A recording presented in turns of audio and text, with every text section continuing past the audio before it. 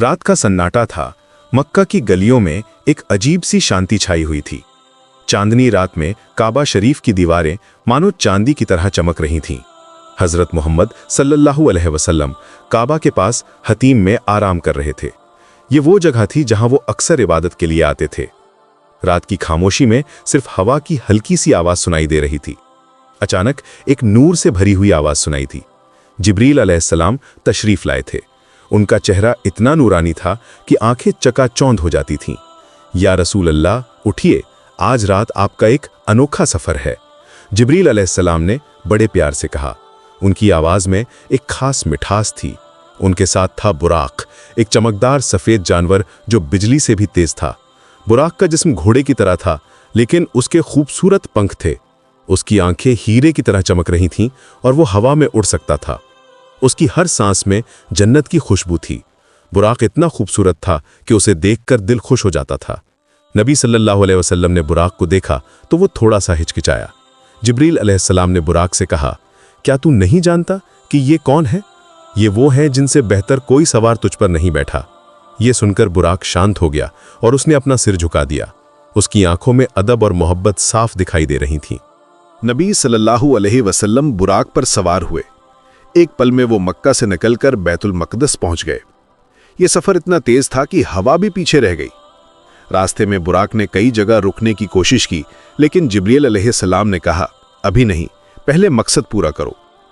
जमीन के नज़ारे तेजी से गुजरते जा रहे थे और आसमान के तारे मानो हाथ हिला रहे हो। बैतुल मक़दस पहुंचकर एक अद्भुत नज़ारा देखने को मिला। यहां सभी नबियों की रूहें इंतजार कर रही थी। हजरत इब्राहीम अलैहिस्सलाम अपनी सफ़ेद दाढ़ी के साथ खड़े थे। हजरत मूसा अलैहिस्सलाम का चेहरा नूर से चमक रहा था। हजरत ईसा अलैहिस्सलाम की आंखों में एक खास रूहानियत थी। सभी नबी अपने अपने ज़माने की पोशाकों में थे, लेकिन सबके चेहरों पर एक ही नूर था। हवा में एक खुशबू थी जो इस दुनिया की नहीं लगती थी। आइए या रसूल अल्लाह, आप हमारी इमामत करिए, सभी नबियों ने एक साथ कहा। यह एक बहुत बड़ा सम्मान था। तमाम नबियों के सामने नमाज पढ़ाना, यह साफ दिखाता था कि हजरत मोहम्मद सल्लल्लाहु अलैहि वसल्लम तमाम नबियों के सरदार हैं और आखिरी नबी हैं। नमाज में सभी नबी एक सफ में खड़े थे और उनकी आवाजें मिलकर एक सुरीली धुन बना रही थी। ये नमाज इतनी खूबसूरत थी कि फरिश्ते भी सुनने के लिए रुक गए थे। नमाज के बाद जिब्राइल अलैहिस्सलाम ने 3 प्याले पेश किए, एक में दूध, एक में शहद और एक में शराब। नबी सल्लल्लाहु अलैहि वसल्लम ने दूध चुना। जिब्राइल अलैहिस्सलाम खुश हो गए और बोले, आपने फितरत को चुना है। अगर शराब चुनते तो आपकी उम्मत गुमराह हो जाती। फिर जिब्रील अलैहिस्सलाम ने कहा, अब आसमान का सफर शुरू होता है। यहां से आगे का सफर और भी अजीब है। अचानक एक सुनहरी सी सीढ़ी नजर आई। ये मेराज था, आसमान तक जाने का रास्ता। यह सीढ़ी इतनी खूबसूरत थी कि इसकी हर सीढ़ी सोने और चांदी से जड़ी हुई लग रही थी। इसकी रोशनी से पूरा माहौल जगमगा रहा था। पहले आसमान के दरवाजे पर पहुंचकर जिब्रील अलैहिस्सलाम ने दस्तक दी। कौन है? अंदर से आवाज आई। जिब्रील हूं। आपके साथ कौन है? मोहम्मद सल्लल्लाहु अलैहि वसल्लम।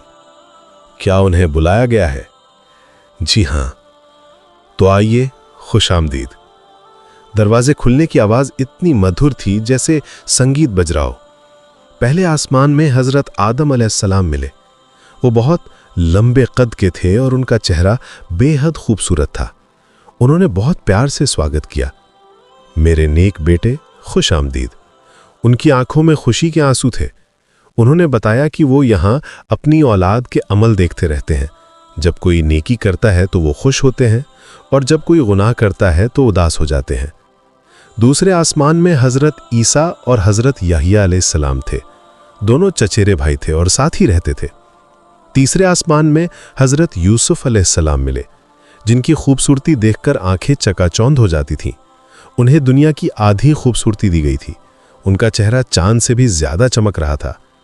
पांचवें आसमान में हजरत इदरीस अलैहिस्सलाम मिले। वो बहुत ऊंचे मकाम पर थे। छठे आसमान में हजरत हारून अलैहिस्सलाम थे। उनकी सफ़ेद दाढ़ी सीने तक लटक रही थी। छठे आसमान में हजरत मूसा अलैहिस्सलाम थे। वो रो रहे थे। सातवां आसमान, जहां हजरत इब्राहीम अलैहिस्सलाम विराजमान थे, वो जगह थी जहां से असली यात्रा की शुरुआत होनी थी। यहाँ का माहौल कुछ अलग था, जैसे कि पूरा आसमान एक खास नूर से भरा हुआ हो। हज़रत इब्राहीम अलैहिस्सलाम ने प्यार से स्वागत किया। उनकी आंखों में वो चमक थी जो सिर्फ एक पिता की हो सकती है जब वो अपनी संतान को देखता है, क्योंकि हज़रत मोहम्मद साहब उन्हीं की नस्ल से थे। इब्राहीम अलैहिस्सलाम ने कहा, मरहबा ए नेक बेटे और नेक नबी। उनकी आवाज़ में वो गर्मजोशी थी जो सदियों के इंतज़ार के बाद मिलने पर होती है। उनके चेहरे पर वो खुशी थी जो एक दादा को अपने पोते से मिलने पर होती है। सातवें आसमान से आगे जिब्रील अलैहिस्सलाम ने कहा कि अब वो साथ नहीं जा सकते। उन्होंने कहा कि अगर मैं एक कदम भी आगे बढ़ाऊं तो जल जाऊंगा। यहां से हज़रत मोहम्मद साहब को अकेले ही आगे जाना था। कितना अजीब लगा होगा जो साथी पूरी यात्रा में साथ रहा, वो यहां रुक गया। लेकिन यह भी तो अल्लाह की हिकमत थी कि आगे का सफ़र सिर्फ उनके महबूब के लिए था। फिर शुरू हुई वो यात्रा जिसका नाम है सिदरतुल मुंतहा। ये वो जगह है जहां सब कुछ खत्म हो जाता है। यहां तक फरिश्तों का भी पहुंचना मुश्किल है। सिदरतुल मुंतहा एक ऐसा पेड़ है जिसकी शाखाएं अनंत तक फैली हुई हैं।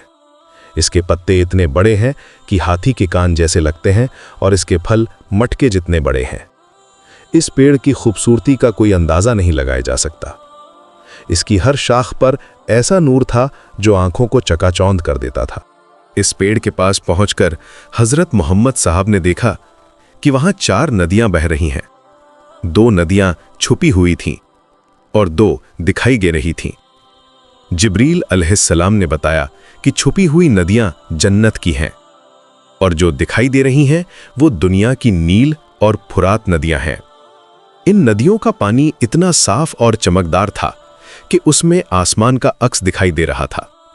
सिदरतुल मुंतहा के पास ही बैतुल मामूर है। ये वो घर है जो आसमान में काबा की तरह है। यहां हर दिन 70,000 फरिश्ते तवाफ करते हैं और जो एक बार तवाफ कर लेते हैं उन्हें दोबारा मौका नहीं मिलता। इतने फरिश्ते हैं कि कयामत तक सबको मौका मिल जाए।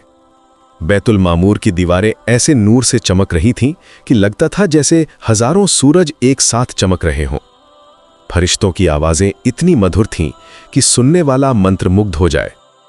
फिर आया वो लम्हा जिसका इंतजार था, अल्लाह ताला से मुलाकात। यहां शब्द भी छोटे पड़ जाते हैं। ये वो मकाम था जहां किसी इंसान का कदम नहीं पड़ा था। ये वो जगह थी जहां सिर्फ अल्लाह के सबसे प्यारे बंदे को बुलाया गया था। हज़रत मोहम्मद साहब को 50 नमाजें फ़र्ज की गईं, लेकिन जब वो वापस लौटे तो हज़रत मूसा अलैहिस्सलाम ने कहा, तुम्हारी उम्मत इतनी नमाजें नहीं पढ़ सकेगी, वापस जाकर कमी की दरख्वास्त करो। यहाँ एक अजीब बात हुई। हज़रत मोहम्मद साहब बार बार वापस गए और नमाजों की तादाद कम होती गई। 50 से 45, फिर 40, फिर 30, फिर 20, फिर 10 और आखिर में 5। हर बार हज़रत मूसा अलैहिस्सलाम कहते, अभी भी ज़्यादा हैं और कम कराओ। लेकिन 5 पर पहुंचकर हज़रत मोहम्मद साहब को शर्म आई। उन्होंने कहा, अब मुझे शर्म आती है। उनके दिल में ये बात थी कि कहीं अल्लाह को बुरा ना लगे कि बार बार कम करने की दरख्वास्त की जा रही है। अल्लाह ताला ने फरमाया, ये 5 नमाजें हैं लेकिन सवाब 50 का मिलेगा। क्या खूबसूरत बात है कि अल्लाह की रहमत इतनी है कि 5 का अमल करके 50 का सवाब मिलता है। ये अल्लाह के प्यार का इजहार था कि वो अपने बंदों पर आसानी करना चाहता था। इस पूरी यात्रा में हज़रत मोहम्मद साहब ने जन्नत और जहन्नम भी देखे। जन्नत की खूबसूरती का कोई अंदाज़ा नहीं। वहाँ की मिट्टी कस्तूरी की है, पत्थर मोती और याकूत के हैं। जन्नत के बागों में ऐसे फल लगे थे जिनकी खुशबू से पूरा माहौल महक रहा था। जहन्नम की भयानकता भी देखी, जहाँ गुनाहगारों को अलग अलग सजाएं मिल रही थीं। जहन्नम की आग इतनी तेज थी कि दूर से ही उसकी गर्मी महसूस हो रही थी। सबसे अहम बात यह थी कि इस पूरी यात्रा में हज़रत मोहम्मद साहब को अल्लाह ताला से वो बातें सुनने को मिली जो किसी और को नसीब नहीं हुई। वो राज की बातें थीं जिन्हें सिर्फ महबूब को बताया जाता है। अल्लाह ने अपने प्यारे नबी से दिल की बातें की जो सिर्फ उनके और अल्लाह के बीच का राज था। जब ये सफ़र ख़त्म हुआ और हज़रत मोहम्मद साहब वापस मक्का पहुँचे तो अभी भी रात थी, बिस्तर अभी भी गर्म था। इतना लंबा सफ़र, इतने आसमान, इतनी मुलाकातें